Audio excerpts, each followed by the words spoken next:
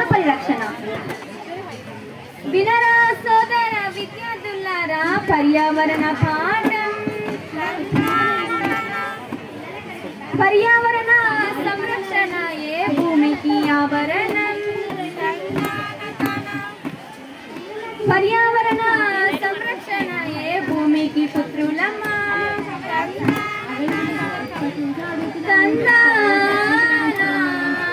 తందాన భూమి పుత్ర నందన ఖరీట జంతరిడక.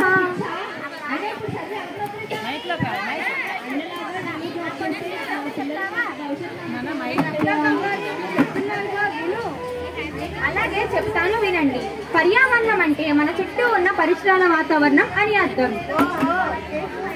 మనం నివసిస్తున్న ఈ భూమి, గాలి, నేల, నీరు ఇవన్నీ కలుషితం కాకుండా వాటిని కాపాడమే పర్యావరణ సంరక్షణ. కాలుష్యం అంటే ప్లాస్టిక్ వాడుక భూమికి సర్వనాశనం తెచ్చునమ్మా.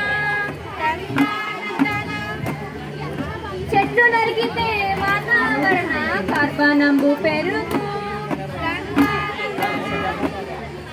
వాహనాల పొగ గాలిని మలినం చేయును.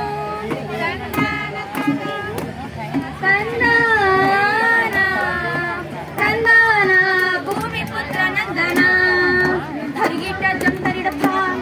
ఈ విధంగా ఈ భూమికి ప్లాస్టిక్ వాడకం, వాహనాల పెరుగుదల, పరిశ్రమల పెరుగుదల, చెట్లను విచక్షణరహితంగా నరికివేయడం వలన మనం నివసిస్తున్న ఈ భూమి, గాలి, నీరు ఇవన్నీ కలుషితమై మానవులకు, జంతువులకు, సమస్త జీవులకు మన జీవితానికి ఆటంకం ఏర్పడుతుంది.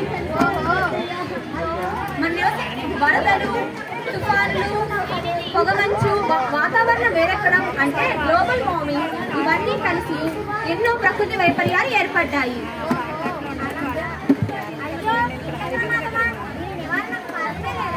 ఎందుకు లేదు? దీని వెనుక ఎంతో మంది శ్రమిస్తున్నారు. 1970 నుండి పర్యావరణ పరిరక్షణకు ప్రభుత్వం ద్వారా చట్టాలు ప్రారంభించబడ్డాయి. ప్రతి సంవత్సరం జూన్ 5వ తేదీన పర్యావరణ దినోత్సవంగా జరుపుకుంటున్నాం. 1976లో భారత రాజ్యాంగంలో 42వ సవరణ ద్వారా అనేక ప్రకటనల ద్వారా పర్యావరణ పరిరక్షణ చట్టాలు ప్రభుత్వం నిర్వహించింది. చిక్క చిక్క నీటి పట్టును వడిసి పట్టుకుందా, ప్రాయవాయువును అందించే మొక్కలను నాటుదా, చెట్లు బ్రతికి ఉంటేనే కదరా మనకి నిత్య సుఖము, తరతరాలకు ఈ సంస్కృతిని అందరికీ పంచుదా.